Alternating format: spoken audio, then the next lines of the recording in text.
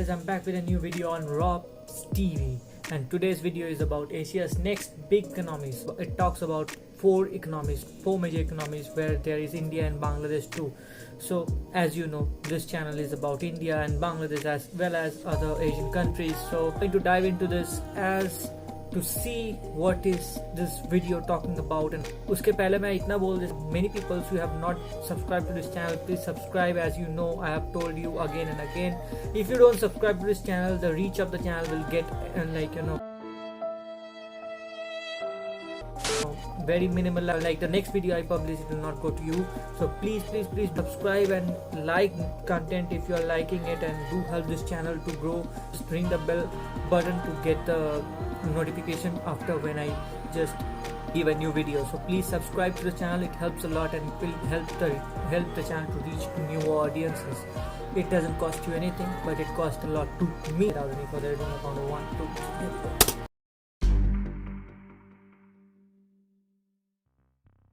In the last 3 decades, the Asian continent has gone through a rapid change.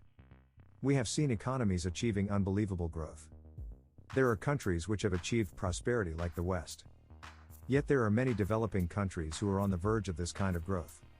Some people even say, it is creating a multipolar world, which is the beginning of a new world order.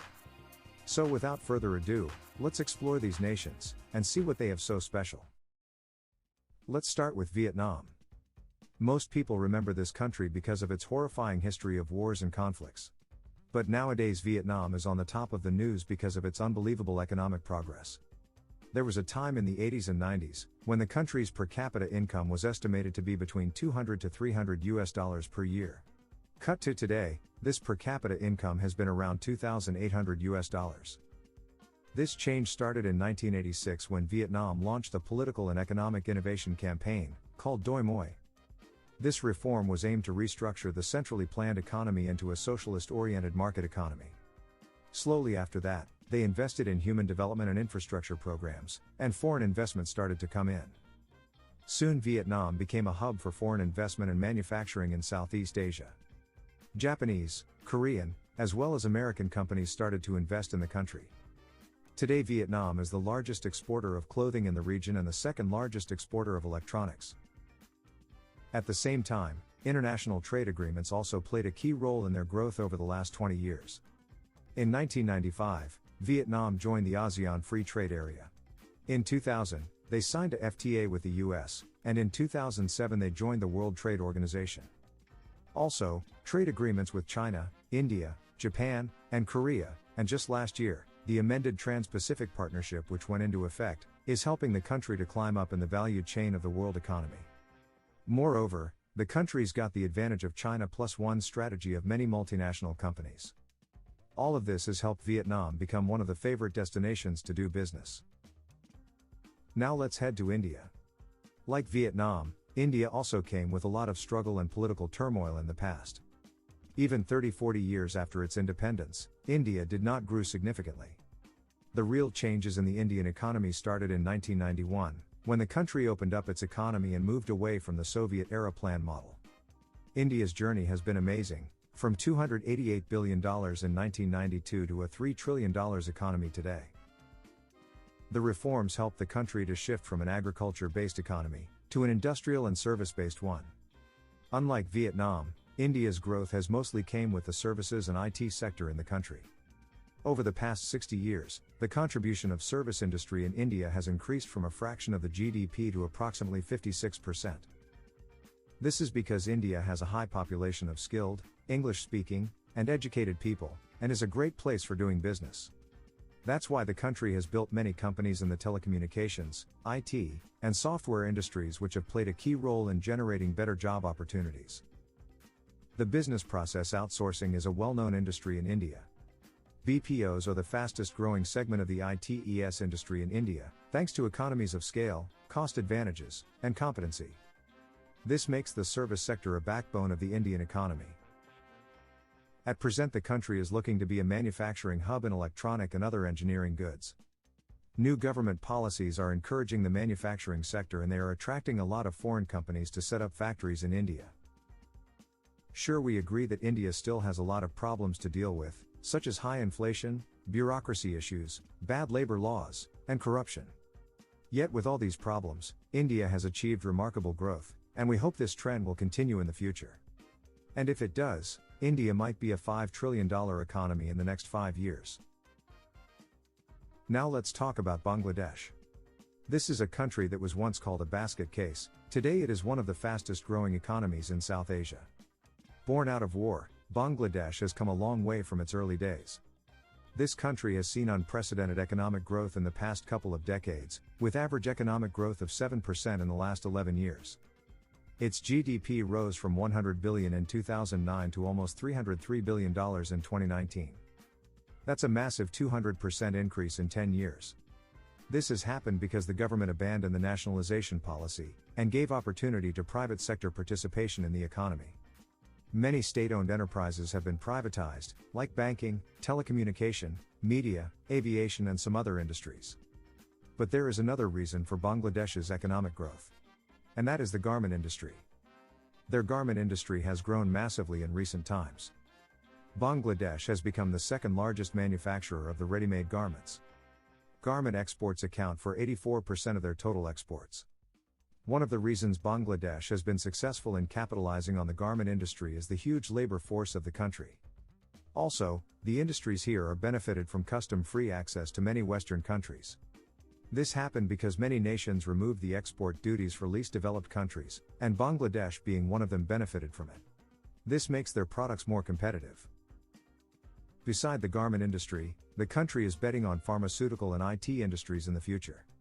Today Bangladesh is nearly a $400 billion economy, but if they play their cards right, by 2030 it could grow to $800 billion. Next, we are going to talk about Indonesia. Indonesia is a very special country. You see, there is a trend in many developing nations. Most of them follow a typical path for their economic development. They transform from an agriculture-based economy to an industrial and service-based economy. But this was not the case with Indonesia. The country is quite rich in natural resources. Hence they had a huge reliance on commodities. The country holds large reserves of crude palm oil, coal, gas, and copper. In the 2000s, they made a lot of money due to the commodity boom in the international market, which helped them recover from the Asian financial crisis. But having a lot of commodities isn't the only great thing about the country. Indonesia also has a large young population. This massive population creates a huge demand for consumer goods, making it a key driver of the country's economic growth. It is estimated that by 2030, Indonesia will have 135 million consumers. Moreover, the growing middle class is contributing to the rapid urbanization of the country. This also helped Indonesia's large industrial and service sector growth. This growth in other sectors is helping them to reduce their dependence on commodity exports, which is essential for a growing nation. It is estimated that by 2030 Indonesia could be the largest economy in Asia after China and India. Due to its large population, Indonesia is set to become one of the biggest consumer markets. Indonesia's working class population is becoming the backbone of the country's economy. Now we know, you might be thinking there are many other significant economies in the Asian region, then why we choose these four? Well, here you have to understand all these countries are in their developing stage, and as we have seen in the video, they really show the potential. In the coming time, these could also be the next countries to show a significant influence on the world economy. And they really are the ones to keep an eye on. So, what do you think about this video? Tell us in the comments below. And if you are new to this channel, please consider subscribing. Thank you. Very informative video और हम लोग ने जैसे यहाँ देखा, it's a very informative video and I know that it's like comparing four big economies in developing Asia. I'm not talking about Korea, Japan or China. China being the most biggest economy is still like if you compare as a big economy, India is like on the fourth right now after just taking over United Kingdom. So today, as of today, we are on fourth biggest economy in the world. Of course, India has this potential to become one of the biggest economy with China on Asia. Like Japan is there on the second or third, I guess third. And after it's China, US, Japan, and then Germany. and then we are right now. So yeah, that is that. But again, we have the capacity to go there, go above. And India, as in for we have that capacity. And like again, I'm talking about Vietnam. I have learned a lot by watching some of the earliest videos I used to watch about Vietnam, and I have very avid intent to go to Vietnam and see Vietnam for myself. I have some friends there too. Vietnam being a country has a true potentiality in Southeast Asian region to grow, as in for that they are growing in a rapid rate. And then there we come to Bangladesh, and we know that Bangladesh, again, we react a lot about Bangladesh on this channel, so we know what potential Bangladesh carries on their own hands, and how Bangladesh can actually grow. Recently they have inducted a monorail thing and a metro tram rail, so that is another thing which we have seen in Bangladesh growing up in the thing. And we know that Bangladesh's rapid growth of industrial sector in the sector of clothing and everything is very, very, very famous. According to, we know that it gives out so much of revenue to the economy, and the economy is actually running very good on the textile business and everything, Bangladesh's textile business. And then coming to Indonesia is a very good and very beautiful country with very, very, very friendly people. You don't find Indonesia in a kind of Indonesian country. Indonesia is not a country as such of India, India peninsular country, but Indonesia is an archipelago. It is made of, if you know archipelago, it is it is made of such big island countries togetherly. So Indonesia has a lot of island countries in them, and Indonesia as for a country is a very welcoming and warm country. Not just only service sector and manufacturing sector and reserve things like reserve oil, reserves palm olive oil.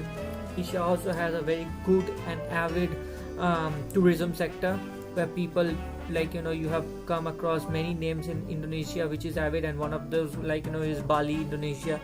Many people likes to go to Bali to have weekend and everything. So yeah, Indonesia is one of the very big country where you can find so many kind of industry flourishing very good, and on a coming age. I think that Indonesia will just be the biggest economy on Asia with India and China.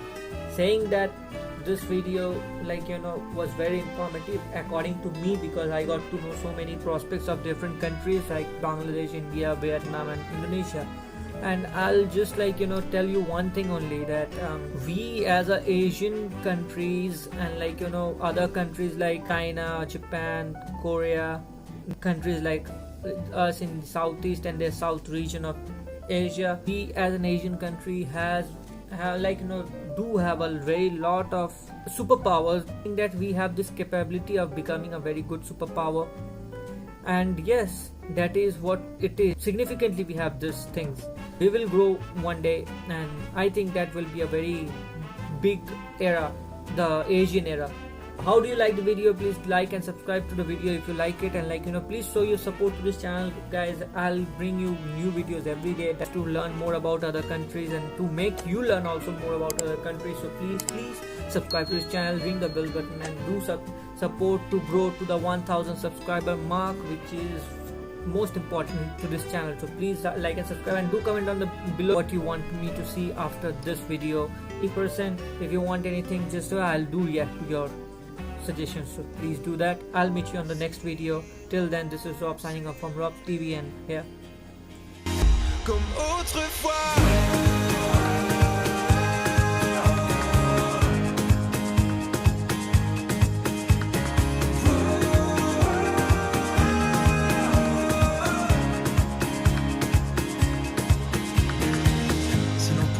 Faire avant, pourquoi nous on ne pourrait pas se regarder droit dans les yeux sans douter un instant et croire